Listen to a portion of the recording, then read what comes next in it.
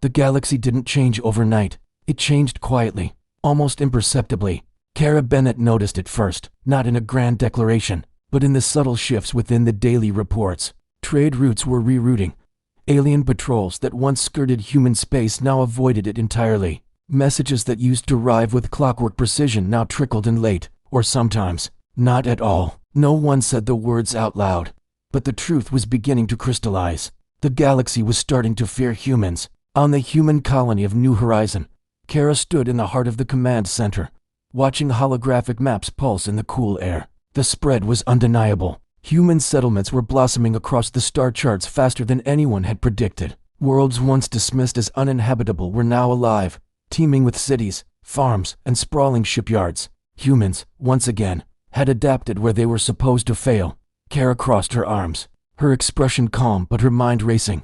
"They're watching us," she said, her voice a low murmur. A commander standing nearby gave a solemn nod. "Not just the Valens, other species too. We're picking up scouts, probes, long-range scans. They never get close, but they don't leave either." Humans were no longer the forgotten experiment. They were being studied, but this time, with a deep and unsettling caution. Across the vastness of space, alien leaders gathered in secret, not in the grand, public councils or the open chambers of diplomacy, but in hidden rooms, shielded from human sensors. A massive holographic table glowed, and one by one, figures materialized. Tall species and small ones, beings of pure light, gleaming metal and intricate flesh, all of them different, yet all united by a shared, palpable nervousness. At the center of the table, one image dominated the discussion. Humans, they were supposed to fail, one of the leaders hissed, its voice like grinding stone. Their biology is unstable, their emotions are a liability,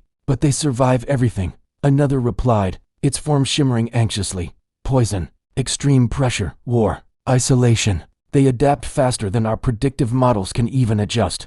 A third voice, colder and sharper than the rest, cut through the debate. They are no longer an experiment. They are a variable we can no longer control. A heavy silence fell over the clandestine meeting. Then, someone finally spoke the word that everyone was thinking, the word no one wanted to hear. Threat. Back on New Horizon, Kara felt it before she saw the data. A sudden, sharp spike in encrypted signals, deep space transmissions, bouncing between alien systems in a flurry of activity. She leaned closer to the console, her brow furrowed. "That's not normal traffic." A technician at a nearby station frowned, his fingers flying across his screen. "It's encrypted at a level we've never seen before." Kara's enhanced senses, a gift from a past she rarely spoke of, began to pick up patterns in the static. It wasn't random noise. It was organized. "They're talking about us," she said with certainty. Within hours, her worst fears were confirmed. A long-range listening post managed to intercept fragments of a message. The phrases were broken, the translations incomplete, but the meaning was chillingly clear. Human expansion accelerating, containment protocol, failure, collective response recommended. Kara let out a slow, steady breath. "They're forming something," she said to the silent command room. "An alliance." The news spread like wildfire across human space. Fear followed, a cold wave of anxiety. But it didn't last. Instead, humans did what they always did when faced with a crisis. They adapted. Ship production lines roared to life, output increasing tenfold. Defense systems were upgraded overnight. Colonies that once operated independently began sharing data in a seamless, real-time network. It wasn't panic, it was preparation. Kara stood before a hastily assembled gathering of leaders from dozens of colonies. There were farmers, engineers, soldiers, scientists, regular people who had stared into the abyss of impossible odds and survived. "They're afraid of us," she said, her voice clear and direct, cutting through the tension in the room. "Not because we attack them, but because we endure." A murmur rippled through the crowd. "They tested us," Kara continued, her gaze sweeping across their faces. "They tried to shape us, to limit us, and they failed. Now, they don't know what to do with us." A young engineer, barely out of his teens, raised a hand. "So are they going to attack?" Kara met his eyes, her expression unyielding. "Some might. Others will watch from the sidelines. A few may even try to talk." She paused, letting the weight of her next words sink in. "But fear makes people dangerous." Far away, in a darkened observation chamber, the Valen doctor, who had once overseen the human project, watched the data streams from human space. Its normally bright, silver skin was dim, its eyes glowing with a profound concern. The serum did not create this. It whispered to the emptiness. It only revealed what was already there. The Valens had believed humans needed their guidance. They needed control, limits. They were catastrophically wrong. Human children born on harsh, unforgiving worlds grew stronger, faster, and smarter, not because of any alien experiment, but because survival itself was the ultimate catalyst. Humans were evolving on their own terms, and that fact, more than anything else, terrified the galaxy. A week later, a message arrived that confirmed everything. It was an unknown alien signal, but it was official, direct, and carried the weight of authority. It wasn't an invitation. It was a summons. The Galactic Assembly requests human representation. Attendance is required. The room fell into a stunned silence. They don't request. One of the older colony leaders said grimly. They command. Kara nodded slowly. Yes, and that means they're unsure of themselves. She straightened her shoulders, a new fire in her eyes, which means this is our moment. That night, Kara stood alone on an observation deck, looking out at the endless tapestry of stars. Somewhere out there, entire civilizations were debating humanity's future.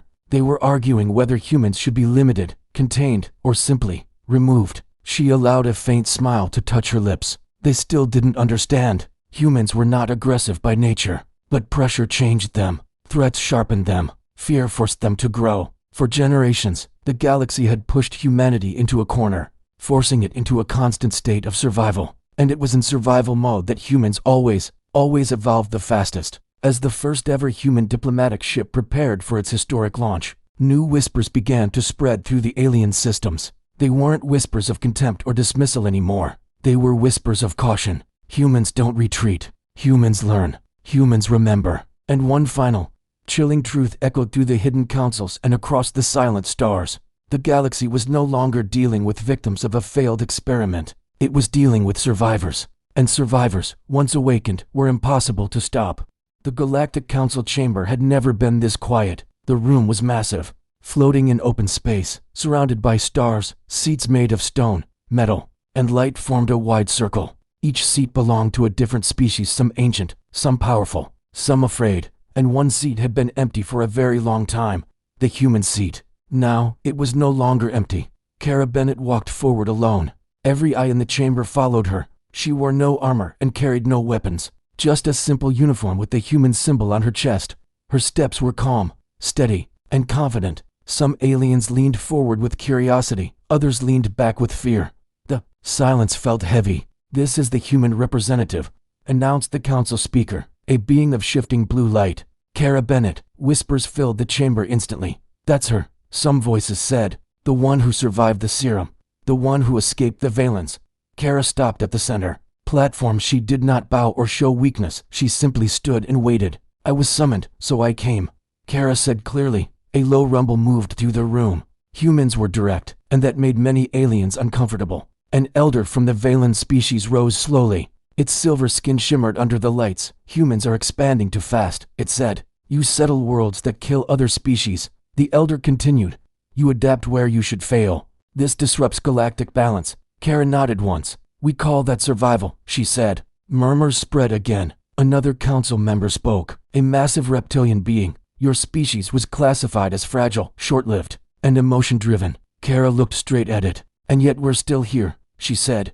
Silence followed her words. The speaker raised a glowing hand. "Are humans preparing for war?" it asked. Kara did not answer immediately. She looked around the chamber carefully, at empires built on control and order. Then she finally spoke. "No, we are preparing to live." That answer confused them. "Your colonies are fortified," one alien argued. "Your ships are armed," said another. "You train constantly," a third added. Kara nodded slowly. "Because the galaxy is dangerous," she said. Some aliens shifted uncomfortably. "You tested us. You studied and experimented on us," Kara continued. "You pushed us into environments meant to kill us." She paused. "And we survived anyway." Her voice stayed calm but heavy. "We didn't expand to threaten you. Staying still meant death for us," she said. A mechanical council member leaned forward. "Your adaptability makes you unstable," it said. Kara smiled faintly. "No, it makes us honest." The Valen elder spoke sharply. "Your existence creates fear." "Yes," Kara answered. "I know." The chamber froze instantly. Fear was not easily admitted. "You fear what you cannot control." Kara continued. "We don't evolve on schedules. We don't fit your models. But fear is not a crime. The speaker's light flickered softly. Then what do you want? It asked. Kara answered without hesitation, respect, and distance. Some aliens looked surprised, others felt relief. We don't want your worlds, Kara continued. We don't want your species gone. We want the same thing you want, to survive. A younger council member stood suddenly. Humans are predators, it accused. Kara turned to face it. Yes, we are. Gasps echoed across the chamber. That is not aggression, Kara added. That is adaptation. The chamber fell silent again. For the first time, understanding spread. Humans did not seek domination. They sought endurance. If limits are demanded, will you obey? The speaker asked. Kara met its gaze. No, she answered honestly. Shock rippled through the room. But we will. Listen, Kara added. If treated as equals, she said. The Valen elder lowered its head. Humans cannot be contained, it said. No, Kara agreed. But we can be trusted.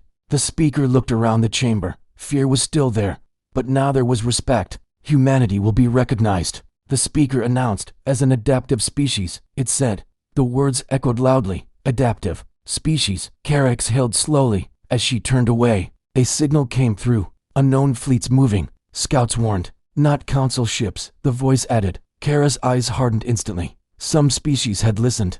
Others had not. Whispers spread through the galaxy. Humans stood without fear. Humans refused to bow. In the shadows between stars, danger stirred. A hostile force prepared for action. The council had talked, but someone else had chosen war. The galaxy would remember this day. In the cold, silent dark of deep space, the human fleet moved like ghosts. No lights, no signals, not a single sound whispered from their engines. From a distance, their ships looked deceptively simple, almost harmless, with smooth metallic hulls and designs that hid their true purpose. This was by design. On the command deck of the lead ship, the Resolute, Kara Bennett stared intently at the star map shimmering in the air before her. Her gaze was unwavering, her focus absolute. They're still following, Commander Hale said, his voice a low rumble beside her. Kara gave a slight nod, her eyes never leaving the map. I know, the alien fleet, the Valen, had been shadowing them ever since the disastrous Galactic Council meeting concluded. They were silent predators, drifting just beyond the edge of sensor range, patient and waiting for the right moment to strike. They think we don't see them, Hale added, a hint of steel in his tone. Kara's lips curved into a faint, grim smile. That's their mistake. Ahead lay the ambush zone, a desolate stretch of space caught between the gravitational pull of two long-dead stars. There were no planets, no asteroid fields, no nebulae, nothing to hide behind. It was a perfect, empty stage for what was to come. As expected, the Valen struck first. Blinding beams of energy tore through the void, violent and swift. 3 human escort ships were hit instantly. Explosions bloomed in the darkness like brilliant, deadly fire flowers. On the bridge, a voice cried out, "Shields down on Bravo Wing. They're gone." Panic began to simmer, but Kara's voice cut through it, calm and resolute. "Hold formation. Initiate Phase 1. Instead of scattering in terror, the human ships did the unthinkable. They slowed down. The maneuver was so unexpected it momentarily confused the attackers. On the bridge of his flagship, the Valen commander watched the scene with cold satisfaction. The humans were dying, just as their intelligence had predicted. Their ships were fragile, their tactics predictable. Advance, he ordered his fleet. Crush them before they have a chance to adapt. The Valen fleet surged forward, eager for the kill, moving deeper into the trap the humans had so carefully laid. Phase 2.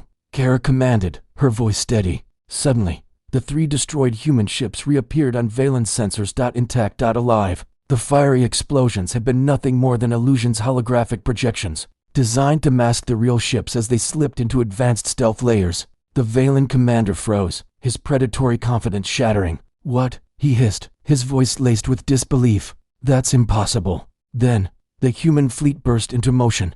Unseen gravity mines, scattered throughout the kill zone, activated. Space itself seemed to twist and warp as the Valen ships were suddenly yanked off course, their navigation system screaming warnings. 2 of their massive cruisers, caught in overlapping gravitational fields, were pulled into a fatal embrace, tearing each other apart in a shower of sparks and shattered metal. "Enemy formation is breaking," Hale reported, his voice tight with excitement. "Good," Kara said, her expression unreadable. Now, Phase 3. From hidden launch bays, hundreds of human drones swarmed into space. They were small, silent, and incredibly fast. But they didn't target the Valen ships themselves. They targeted their sensors. One by one, alien targeting systems went blind. Their powerful weapons, now without guidance, fired wildly into the void, hitting nothing. Chaos erupted across the Valen fleet as ships, unable to see, slammed into each other in a panic. An officer on the Valen bridge shouted, his voice cracking, "Commander, the human fleet is surrounding us." The commander snarled in fury. "Focus fire. Find them. Humans are fragile." It was an old belief, a comforting lie they had told themselves for generations, and it was about to be proven wrong. The human fleet opened fire, but there were no bright energy beams, no dramatic light shows. There was only metal. Human rail cannons launched solid slugs at nearly the speed of light. They were silent, invisible killers. One slug punched through a Valen hull as if it were paper, disabling the ship in a single, devastating blow. Another followed. A Valen frigate's engines exploded. Another Valen destroyer went dark. One shot, one kill. Kara watched the tactical display, her face a mask of cold concentration. "Phase 4, she said softly, as if tearing a hole in reality itself. A massive human vessel uncloaked directly behind the beleaguered Valen fleet. It was the Atlas, a secret project, a ship built for a single, terrifying purpose: control. The Atlas activated its primary weapon, a massive interdiction field. Instantly, every Valen ship found their hyperspace drives failing. They were trapped, caught in a net woven from distorted spacetime, a cage built by human hands. The Valen commander's voice finally broke. "Retreat. Jump to hyperspace, now." But there was nowhere to go. Human boarding pods launched, streaking towards the crippled Valen ships. But they weren't going in to slaughter the crews. They were going in to capture them. Inside a Valen cruiser, soldiers in advanced human combat armor moved with silent, overwhelming precision. They used stun weapons, disabling the Valen crew without panic or cruelty, neutralizing the threat with cold efficiency. A captured Valen officer stared at his captor in utter disbelief. Why are you not killing us?" A human soldier paused, her helmet retracting. She looked him in the eye and replied simply, "Because you stopped being a threat." Back on the bridge of the Resolute, Commander Hale let out a long, slow breath he didn't realize he'd been holding. "They're surrendering. All of them." Kara closed her eyes, just for a moment, allowing herself a flicker of relief before her training took over again.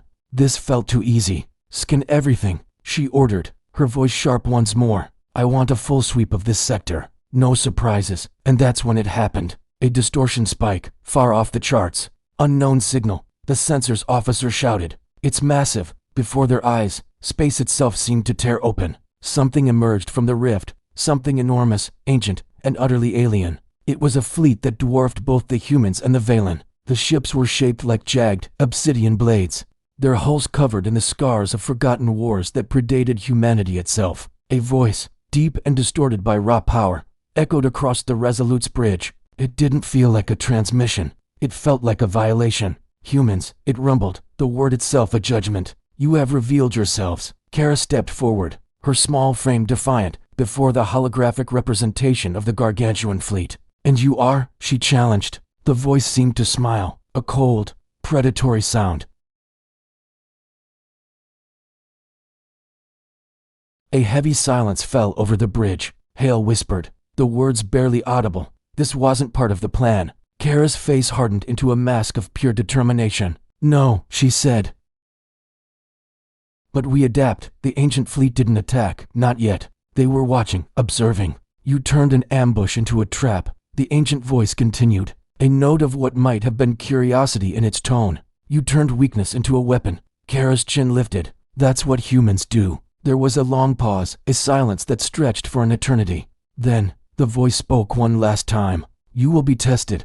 With that, the ancient fleet began to withdraw, their impossible ships fading back into the darkness. But they didn't leave entirely. They remained, a silent, menacing presence on the edge of the system, judging humanity's every move. The battle was over. The Valen were defeated, floating helplessly in their broken ships. But the war had just changed forever. Kara looked out at the starfield, at the silent watchers in the dark. Humanity had just sent a message to the galaxy. They were no longer the prey. They were no longer a species to be dismissed. They were a variable no one had accounted for. And now something far, far worse had noticed.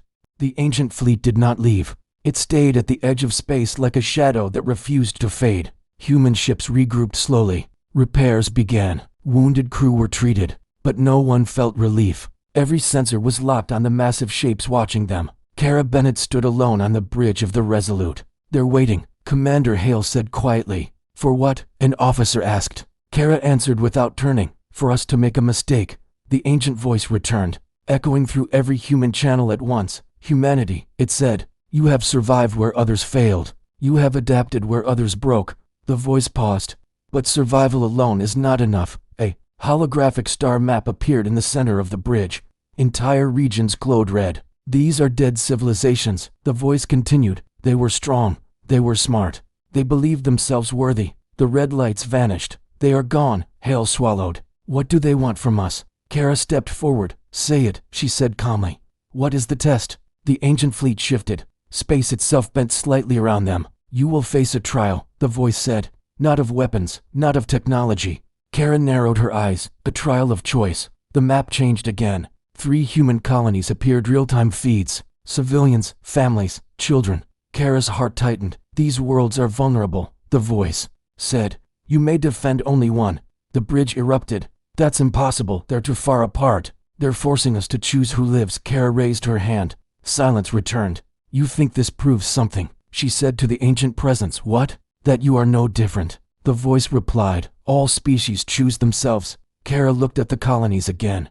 Then she smiled faintly. "No," she said. "That's where you're wrong." She turned to her officers. "Execute. Phase mercy." The crew froze. Hale stared at her. Phase mercy was theoretical. Kara nodded. So was surviving alien serum injections. Orders flew. Human ships split instantly. Not toward the colonies. Away from them. The ancient voice sounded almost amused. "You abandoned them?" Kara replied. "No." Human ships jumped not to the colonies but into unstable space zones nearby. Moments later, hidden human tech activated. The colonies vanished from ancient sensors, cloaked, shielded. The ancient fleet reacted for the first time. "Impossible," the voice said. Kara faced the hologram. "You assumed our only choice was defense." She paused. "We chose protection." The ancient silence lasted longer than before. Then the voice changed. "This test is incomplete." The space around the Resolute twisted violently. Kara felt gravity vanish. The ship was pulled into a separate pocket of space. A lone dot, no stars, no signals, no escape. The silence in the void was absolute, a crushing weight on the starship Resolute. Then, a voice echoed not through the calms, but directly inside their minds, an ancient, disembodied presence that had haunted them since the first trial. "This is the second trial," it announced, its tone devoid of any emotion, isolation. And just like that, the universe around them vanished, replaced by an endless, featureless black. The pocket dimension they were trapped in had no reference points, no way to measure the passage of time. Was it hours, days, weeks? No one could tell. The ship's chronometers flickered and died, one by one. Critical systems began to fail. Life support wavered, navigation went dark, and the replicators producing their food sputtered into silence.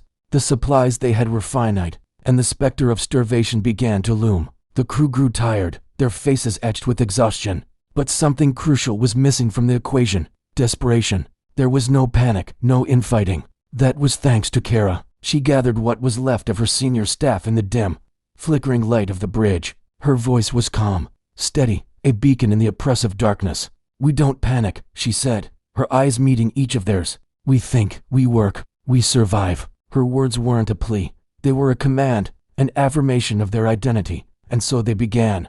The human engineers, armed with little more than ingenuity and scrap parts, started rewiring essential systems, rerouting power from non-essential conduits to keep the air breathable and the gravity stable. They were brilliant, turning discarded panels and frayed wires into lifelines. The pilots, deprived of stars to navigate by, began training in zero-light conditions, relying solely on their instruments and instincts, preparing for a blind escape they didn't even know was possible. On the medical bay, the medics took painstaking inventory, rationing every last synth skin and painkiller, making impossible choices to stretch their supplies for a future they had to believe in. No one fought over the dwindling food rations. No one begged for an easy way out. They simply adapted, their shared purpose forging a bond stronger than any alloy. After an eternity, or perhaps just a few days, the ancient voice returned, a ripple in the fabric of their minds. It seemed surprised. "You endure without command," it observed, "without certainty of reward or rescue. Kara stood on the bridge, staring out at the featureless void, and replied without hesitation, "That's how we've always lived. It's what it means to be human." A tremor ran through the pocket space, and with a nauseating lurch, the darkness collapsed. The familiar, beautiful tapestry of stars flooded the view screen. They were back. The Resolute had returned to normal space. But there was no time for relief. The ancient fleet, a silent armada of impossible scale, was closer now, their colossal ships blotting out entire constellations. And without a word of warning, the final test began. A shimmer of light appeared on the bridge, coalescing into a form. It was one of the aliens from the earlier battle, one of their attackers. He was badly injured, his strange physiology failing, his breaths coming in ragged gasps. He looked around, weak and terrified, a prisoner materializing in the heart of the enemy's ship. The ancient voice spoke again, colder than the vacuum of space itself. "This one attacked your kind. It sought to extinguish you. Now, you choose." A heavy silence fell over the bridge. Every crew member held their breath, their eyes locked on the wounded alien. "Kill him," the voice commanded, its words a temptation of power. "And prove your dominance. Show us you have the strength to rule." The voice paused, then offered the alternative. "Spare him." It continued, the words laced with a different kind of poison. "A test of perceived morality. And prove your weakness. Show us you are too sentimental to make the hard choices." Every eye turned to Kara. The weight of humanity's future, of this first contact, rested on her shoulders. Would she choose vengeance or mercy? Power or compassion? She walked slowly towards the trembling alien prisoner, her footsteps echoing in the silent bridge. Then, she did something no one expected. She knelt, bringing herself down to his level, meeting his fearful gaze not with aggression, but with an unnerving calm. "We won't do either," Kara said, her voice clear and strong, directed not at the alien, but at the ancient presence watching them. The very space around them seemed to stir with indignation. "Then you fail the test," the voice boomed. Kara looked up, not at the ceiling, but towards the unseen intelligence judging them. "No," she replied firmly. "We redefine the test." She turned to her medical officer. "Get a team here now. He needs immediate aid." Her crew, trusting her implicitly, sprang into action. The prisoner stared in utter confusion as human hands, the hands of his enemies, began gently treating his wounds, cutting away his damaged uniform and applying healing salves. "We don't kill to prove our strength," Kara explained, her voice resonating with a conviction that transcended the simple logic of the test. "And we don't spare someone just to look kind." She stood up, her posture radiating a new kind of authority. "We act," she declared, "because we choose to. Our compassion isn't a weakness, and our strength isn't found in destruction. It's found in this, in our choice." The ancient fleet, the voice, everything went utterly silent. The silence stretched for an agonizingly long time, an entire universe holding its breath. Then, the voice returned, but it was different now. The cold, analytical tone was gone, replaced by something else, something akin to wonder. "You are unpredictable." Kara stood tall. "Yes, we are." The stars around their ship began to shift and warp, not with menace,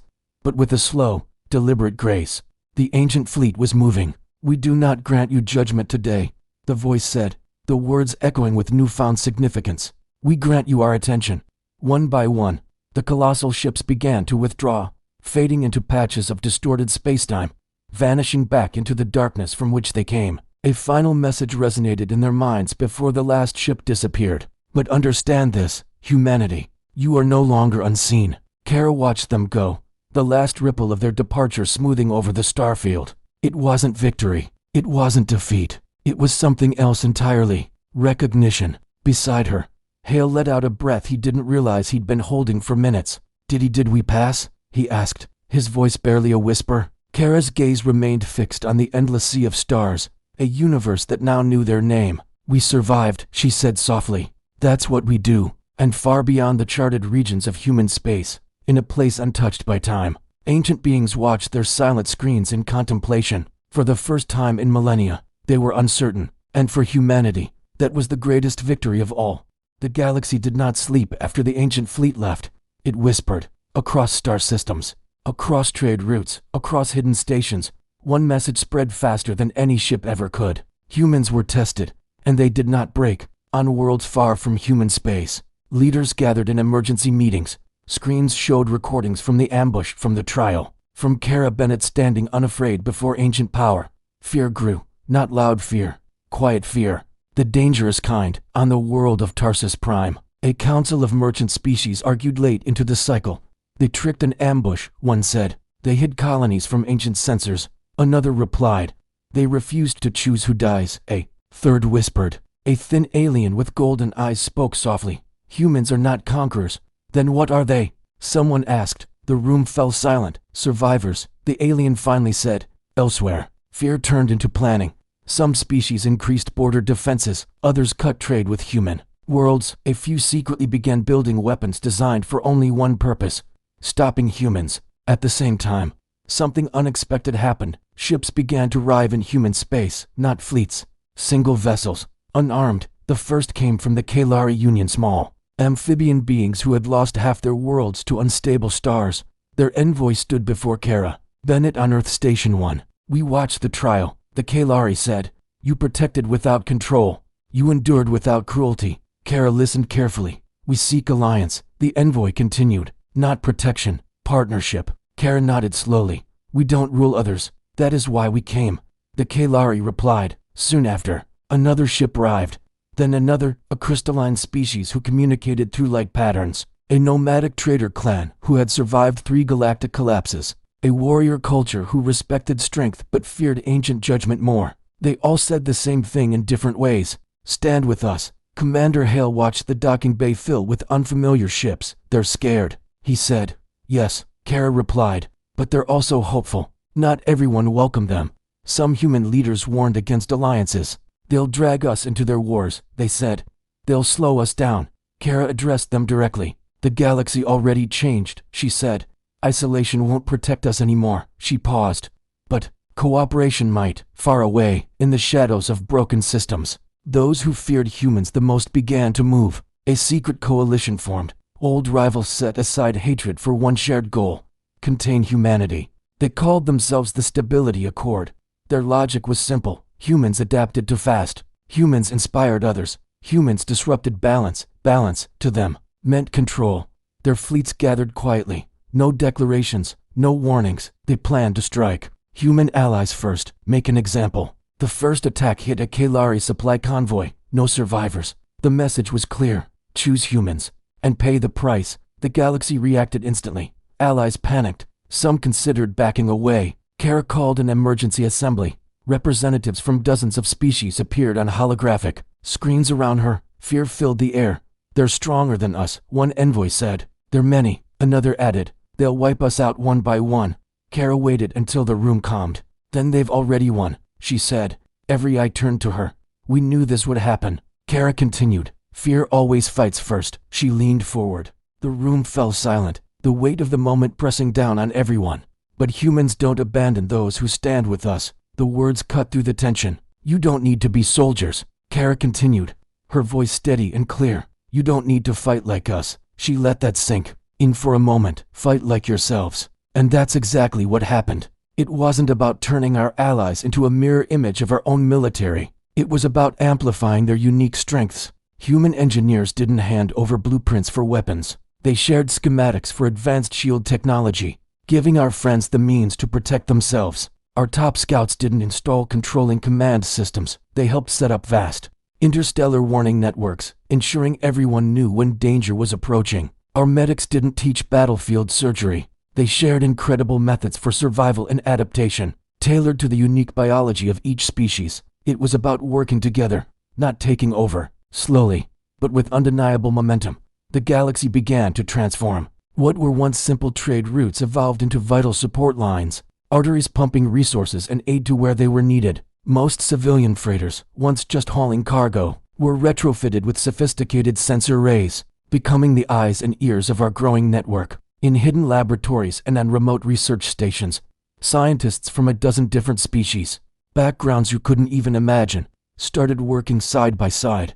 They weren't just colleagues, they were pioneers, pooling their collective genius to solve problems that had seemed insurmountable just a few years before. A new kind of alliance was being forged, not in the fires of war, but in the shared pursuit of a better, safer future. The galactic power known as the Stability Accord, the self-proclaimed keepers of order, noticed far too late. They saw this growing network not as a beacon of hope, but as a threat to their rigid control. Their first major strike was calculated and brutal. Aimed at a joint research outpost on the edge of charted space, they expected to find chaos, to see our coalition crumble in panic and disarray. They expected a quick, decisive victory that would send a message to the rest of the galaxy. Defiance is futile. What they found was preparation. They found resolve. When the Accord fleet dropped out of hyperspace, cannons blazing, the human ships didn't charge forward in a suicidal blaze of glory. That was the old way, the way of empires. Instead, they coordinated. They became the calm center of a perfectly orchestrated storm. The Kalari, masters of gravitational forces, deployed their unique technology, creating invisible wells in space that slowed the attackers, throwing their formations into chaos. Our crystalline allies, with their incredible ability to manipulate light, bent reality itself, creating phantom fleets and ghost signals that completely confused the Accord's advanced sensor systems. The enemy ships were firing at shadows, chasing echoes. Only then, when the enemy was disoriented and vulnerable, did the human fleet strike. It wasn't a massive, overwhelming assault. It was a series of precise, surgical blows aimed at critical systems. A lance of energy here, a volley of torpedoes there. The Accord lost ships, not a crippling number, not enough to shatter their fleet, but it was enough. Enough to prove that this new alliance could not only withstand a punch, but could punch back hard across the thousands of star systems that made up the known galaxy. Perception began to shift. The narrative that the Accord had so carefully crafted, the one of humans as reckless, expansionist conquerors, started to unravel. People began to see the truth. Humans weren't leading an empire. They were anchoring a network, a decentralized, resilient web of cooperation, and they were quickly realizing that a network is infinitely harder to destroy than a kingdom. You can topple a king, you can conquer a capital, but how do you defeat an idea that has taken root in a million different places at once? Back on Earth Station 1, the central hub of human space, Kara stood at the massive observation window, gazing out at the star-dusted velvet of space. The stars burned with a quiet, ancient fire, indifferent to the dramas playing out below. Hale, her second-in-command, came to stand beside her, his reflection a faint ghost in the reinforced glass. "We didn't plan this," he said, his voice barely a whisper. None of this was in the strategy documents. Kara shook her head slowly, a faint smile on her lips. "No, it wasn't." She turned slightly to look at him. "But it happened because we stopped trying to be what everyone expected us to be, and we simply showed them who we are. We offered a hand, not a fist." Just then, a chime echoed softly through the command center. A new message. It wasn't from any of their known allies. The signal patterns were ancient, unlike anything in their databases. It was short, but its meaning was crystal clear. It read, "The galaxy moves because of you." Kara closed her eyes for a brief moment, taking a deep breath. A chapter was closing. The age of hiding in the shadows, of cautiously testing the waters of galactic politics, was over. Now came the age of reaction. The old powers would not stand by and watch their influence fade. They would respond, and they would be relentless. But the galaxy was about to learn a fundamental truth, one that had been forgotten in an era of fear and control. Fear spreads fast. It's a wildfire that consumes everything in its path. But hope spreads further. It's a seed that can travel on the solar winds, taking root in the most barren of worlds, growing into something strong, something beautiful, something that can never truly be extinguished. And a new age of hope was just beginning. The warning came far too late. Across every corner of known space, alarms blared to life in a deafening, simultaneous chorus. Trade lanes that were bustling just moments before went completely dark. Communication relays, the lifelines of the galaxy, simply vanished from the network. Entire star systems, home to billions, blinked off the map as if they never existed. The Stability Accord, the shadowy coalition that had long lurked in the background, had finally stopped hiding, and they were attacking everywhere at once. In the heart of Earth Station 1, the main human command center was a sea of flashing red alerts. Kara Bennett stood at its epicenter, her gaze fixed on the main war room display as catastrophic reports flooded in from every sector. Commander Hale stood beside her, his voice thick with disbelief. "They're not targeting our military bases," he said, his words barely a whisper. "They're hitting infrastructure, power grids, comms hubs, transit lanes." Kara's jaw tightened. She saw their strategy with chilling clarity. "They don't want a war," she said, her voice low and steady. "They want chaos." The Stability Accord fleets moved like a unified storm, their movements impossibly coordinated, precise, and utterly merciless. They skillfully avoided direct military engagements whenever possible. Instead, they struck at the soft underbelly of civilization, supply hubs, energy stations, and even civilian evacuation routes. Fear, potent and fast-acting, spread like a plague. On the garden worlds of the Kalari, artificial gravity systems failed, sending cities into freefall. On the crystalline colonies of the Glimmer, intricate light networks shattered, plunging entire continents into absolute darkness.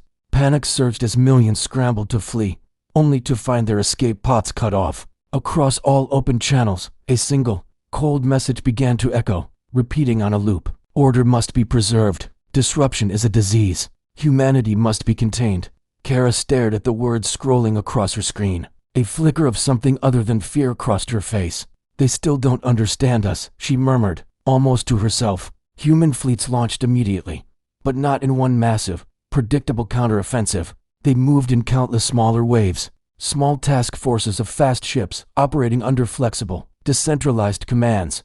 They chose adaptation over brute force, agility over dominance. Kara's voice rang out across the command center, crisp and clear. Priority 1 is civilian protection. Evacuate and defend the colonies. No exceptions. A few senior officers hesitated, their faces etched with concern. But Commander, one argued, that leaves our core military assets exposed. Kara met his gaze without flinching. Then we'll just have to adapt faster.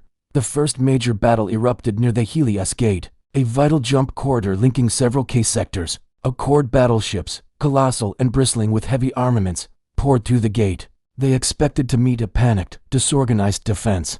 They did not expect what they found. Human ships didn't appear alone. They emerged alongside their allies in a perfectly choreographed dance of war. Kalari cruisers deployed localized gravity fields, slowing the massive enemy ships and making them easy targets. Nomad trader guilds, using their vast network, fed real-time intelligence directly to human strike craft, which moved in unpredictable, fluid patterns, hitting critical weak points before vanishing back into the void. Still, the Accord's sheer numbers and firepower were immense. They pushed forward, a relentless tide of steel and plasma. They were confident that overwhelming force would be enough. On the bridge of the human flagship, the Resolute, the void outside was lit by constant explosions. Commander Hale gripped his console as the ship's shields flared violently. "We're taking heavy hits, Kara." "Shields are buckling." Kara remained unnervingly calm. "Good," she replied. "That means they're focusing on us." Just as planned, a junior officer, her voice trembling slightly, asked, "Is getting pummeled part of the plan?" "Yes," Kara answered, her eyes never leaving the tactical display. "They can't hit what they can't predict, and they're about to see just how unpredictable we are." She opened a secure channel to all allied forces in the sector. Her voice was the calm in the storm. "Phase unity. Execute." Across the battlefield, something incredible happened. Allied ships didn't retreat or break formation. They linked together. Shared shield emitters overlapped, creating a layered, resilient defense. Power grids were synchronized, shunting energy to the ships that needed it most. Heavily damaged vessels weren't abandoned to their fate. They were pulled into the center of protective formations, shielded by their comrades. The Stability Accord Fleet Command hesitated for the first time. This wasn't in their textbooks. This wasn't how war was supposed to be fought. Their entire doctrine relied on sowing fear, isolating targets, and watching their enemies collapse under pressure. But humanity and its allies had brought something entirely different to the fight. Connection. Unity. At the heart of the Accord fleet, a grim-faced commander watched his displays with growing fury. "They refuse to break," he snarled. "Their morale is unshaken. Increase firepower. I want all capital ships to target their command vessels, break their leadership, and the rest will crumble." Across the Accord line, super weapons began to power up, their energy signatures screaming across human sensors. Kara saw it coming. "Phase echo," she ordered calmly. In an instant, human decoy fleets activated across multiple adjacent systems. False energy signals, fake jump signatures. Entire phantom armadas appeared on the Accord's long-range sensors, seemingly preparing to flank them. The enemy's fire split, their super weapons targeting illusions and ghosts. It was the opening they had been waiting for. Human and allied forces struck as one. But their goal wasn't destruction, it was disruption. Precision strikes from stealth ships knocked out enemy engines. Elite boarding teams infiltrated and captured key command ships from the inside. Supply lines were cut cleanly and quietly, starving the Accord war machine. Within hours, their unstoppable advance slowed to a crawl. Within days, it stalled completely. But the war was far from over. Backed into a corner, the Stability Accord made its final, desperate move. They activated a forbidden weapon, a relic from a darker age, a system killer, a device designed to trigger the premature collapse of a star, turning it into a supernova. Their target, a densely populated, joint human-allied colony system. Billions of lives hung in the balance. The news hit the command center on Earth Station 1 like a physical blow. Hale turned to Kara, his face pale. "We can't stop it in time," he whispered, the words catching in his throat. "No fleet can get there." Kara closed her eyes for a single, heavy second. When she opened them, the fear was gone, replaced by a steely resolve. "Yes," she said, "we can." Hale stared at her. How? Kara turned to the main tactical map, her mind already racing. "We don't fight the weapon," she explained, a radical plan forming. "We fight the idea behind it." A frantic, galaxy-wide collaboration began. Human scientists worked alongside the best allied minds, their collective genius sparking at an impossible speed. The calculations were insane, the risks astronomical. The plan was to redirect the star's own gravitational collapse just enough to create a feedback loop that would destabilize the weapon itself, without destroying the star system. It was a 1 in a billion shot. Failure meant extinction for everyone there. When the call for volunteers went out, thousands of human pilots stepped forward without a moment's hesitation. So did Kalari engineers, nomad technicians, and glimmer energy specialists. The desperate, final operation began. An incredible amount of energy surged through space. The fabric of the void itself seemed to twist and warp. Time felt like it was stretching into an eternity. For a long, terrifying moment, nothing happened. Then, the weapon's energy signature flickered and died. The star stabilized. The system lived. Across the galaxy, the remaining Stability Accord fleets watched their ultimate threat, their final solution, simply vanish. Their advance stopped. Then, some fleets began to retreat. Others simply powered down their weapons and surrendered. The war wasn't truly over, not yet, but its entire direction had irrevocably changed. Back on Earth Station 1, Kara finally allowed herself to sink into a chair, the exhaustion of 1,000 lifetimes washing over her. Hale stood beside her, looking out at the star charts. "We didn't win, did we?" he said quietly. Kara nodded, her gaze distant. "No." She looked at the endless sea of stars. "But now they know." Hale turned to her. "Know what?" Kara's voice was soft, but carried the weight of their sacrifice. "That humanity doesn't fight for control, or for dominance." She paused. "We fight for survival. And we never fight alone." Far beyond the borders of known space, in the silent, deep dark, ancient eyes that had watched the galaxy for eons turned their gaze once more. The galaxy had chosen the familiar path of war, but humanity had chosen something else. And in that choice, they saw something new, something that made all the difference. Thank you for watching. If you enjoyed this journey into the cosmos, don't forget to like, subscribe, and hit that notification bell for more stories from the edge of the unknown.